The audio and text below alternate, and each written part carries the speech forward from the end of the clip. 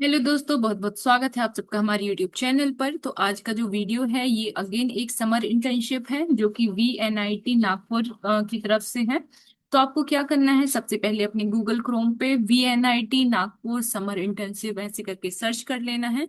और जैसे ही आप सर्च करेंगे तो इस टाइप का जो इंटरफेस है वो ओपन हो जाएगा। इसमें आपको फर्स्ट लिंक पे क्लिक कर देना है। और जैसे ही आप क्लिक करेंगे तो जो समर इंटर्नशिप है उसका जो होम पेज है या उसके बारे में जो भी इंफॉर्मेशन है वो सारी ओपन हो जाएंगी। तो अभी हम यहाँ पे एक एक करके ये जानेंगे कि कौन इसमें एलिजिबल है, कौन नहीं है, क्या इसमें फैसिलिटीज मिलने वाली है, फॉर्म कैसे फिल करना है, लास्ट डेट क्या है। तो आपको ये सारी इंफॉर्मेशन मैं बताने वाली हूँ।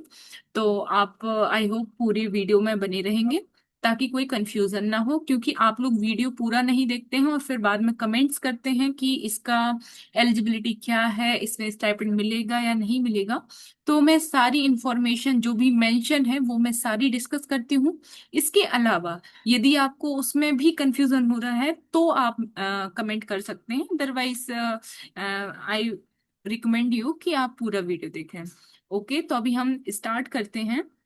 तो यहाँ पे आप देख पा रहे होंगे कि इंटर्नशिप प्रोग्राम 2026 ऐसा यहाँ पे मेंशन है। और इंस्टीट्यूट का नाम लिखा हुआ है Visvesvaraya national institute of technology VNIT Nagpur.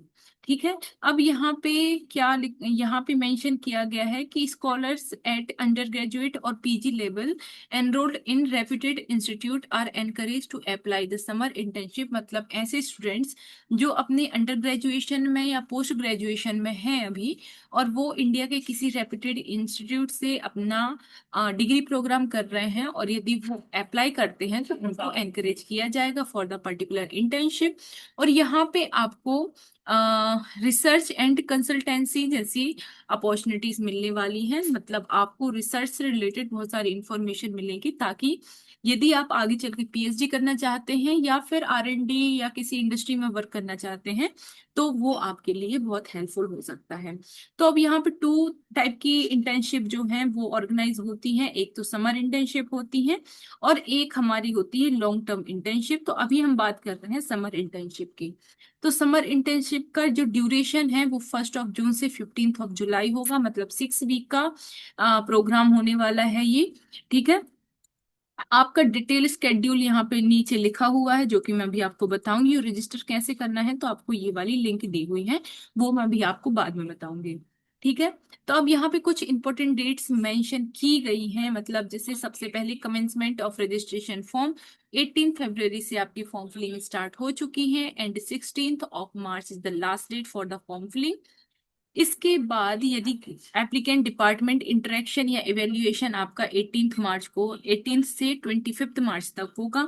इसके बाद जो भी फाइनल सिलेक्टेड कैंडिडेट्स हैं उनकी लिस्ट 1 अप्रैल को रिलीज हो जाएगी और आपकी 1 जून से इंटर्नशिप स्टार्ट हो जाएगी। 15 July is the last day और last date to report submission of your internship. मतलब आप जो भी काम करेंगे तो उसका एक स्मॉल सेमिनार हो सकता है, या फिर कह सकते हैं आपकी एक रिपोर्ट बनेगी जो कि आपको सबमिट करनी पड़ेगी 15 जुलाई तक। और जैसे ही आपका यदि सिलेक्शन होता है तो वहां पे आपका जो कि सुपरवाइजर होगा वो उसके अकॉर्डिंग आपको सारी इंफॉर्मेशन दे देगा। अभी हम बात करें यदि एलिजिबिलिटी की, तो हम सबसे पहले बात करेंगे कि ऐसे स्टूडेंट्स जो अ, इसमें कौन कौन एलिजिबल है, सबसे पहले हम वो बात करेंगे। तो सबसे पहले ऐसे स्टूडेंट जो BE या B.Tech कर रहे हैं और BE या B.Tech के सेकंड या थर्ड ईयर में है तो वो एलिजिबल है। फोर्थ ईयर के स्टूडेंट्स एलिजिबल नहीं है।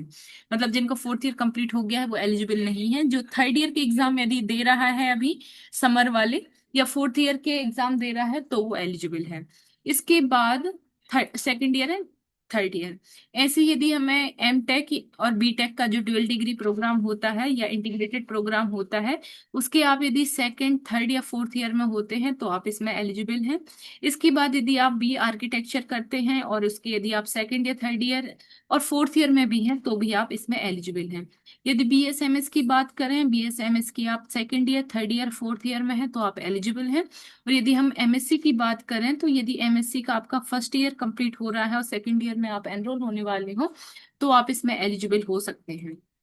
इसके बाद इसमें जो क्राइटेरिया है परसेंटेज का वो क्या होना चाहिए, तो सीजीपीए आपका हायर देन 7 होना चाहिए। इससे ज्यादा सीजीपीए, जितना ज्यादा सीजीपीए या जितने ज्यादा परसेंटेज आपके रहेंगे उतनी ज्यादा प्रेफरेंस आपको दी जाएगी। यदि सीजीपीए कम है तो आपके चांसेस कम हो सकते हैं। ओके। अब ऐसे स्टूडेंट्स जो आपका फाइनल ईयर कंप्लीट कर चुके हैं किसी भी डिग्री प्रोग्राम में, चाहे वो यूजी है या पीजी है, आप इसके लिए एलिजिबल नहीं हो पाएंगे। अब हम बात करते हैं कि कौन कौन से स्टेप्स कैंडिडेट्स को फॉलो करना चाहिए, जो कि यहाँ पे मेंशन किए गए हैं। सबसे पहले आपको रजिस्ट्रेशन फॉर्म फिल करना है, ठीक है, और सारी चीजें ऑनलाइन होने वाली हैं, ऑफलाइन इसमें कुछ नहीं होगा। इसके बाद जैसे आप फॉर्म फिल करते हैं तो आपको रिजल्ट के लिए रेगुलरली अपडेट्स कहाँ पे मिलेंगे, मेल्स में, तो आपको रेगुलरली मेल चेक करने पड़ेंगे। इसके बाद जो भी प्रेजेंटेशन होगा वो आपको अटेंड करना पड़ेगा, ऑनलाइन या ऑफलाइन, जो भी जिस तरीके से भी होगा वो आपको बता दिया जाएगा। इसके बाद आपको अपना फैकल्टी प्रेफरेंस सबमिट करना पड़ेगा, मतलब आप VNIT की जो ऑफिशियल वेबसाइट होगी अपने अकॉर्डिंग, मतलब जो चॉइस्ड आपका डिपार्टमेंट है वहाँ की आप वेबसाइट ओपन करेंगे, वहाँ की प्रोफेसर्स को देखेंगे, और जिनका काम अच्छा लग रहा होगा उनमें से आप कुछ का नाम या एक, जितने भी उनमें मेंशन करने होंगे उनका नाम आप यहाँ पे प्रेफरेंस में देंगे। इसके बाद इसके बाद आपकी फाइनल इंटर्नशिप लिस्ट आएगी जो कि आपको वेबसाइट पे अवेलेबल होगी। और इसके बाद कंफर्म पार्टिसिपेशन, मतलब जो भी लिस्ट आएगी उसके बाद आपको कंफर्मेशन देना पड़ेगा कि आप ज्वाइन कर रहे हैं या नहीं कर रहे हैं। तो इस तरीके से इसके बाद आपका लास्ट में रिपोर्ट हो जाए, कंप्लीट होगी, मतलब जैसे ही आपका काम खत्म होता है तो आपको रिपोर्ट सबमिट करनी होगी। ठीक है। अब जैसे ही आप VNIT में इंटर्नशिप स्टार्ट करते हैं तो वहां पे आपको आधार कार्ड की नीड होगी, मतलब आपका आधार कार्ड लगेगा, बोनाफाइड लेटर, NOC लगेगा, जिसका यहाँ पे फॉर्मेट दिया हुआ है, शायद लेटेस्ट ग्रेड कार्ड लगेगा आपका, और अंडरटेकिंग लगेगा जिसका फॉर्मेट यहाँ पे दिया हुआ है, मैं अभी बताऊंगी।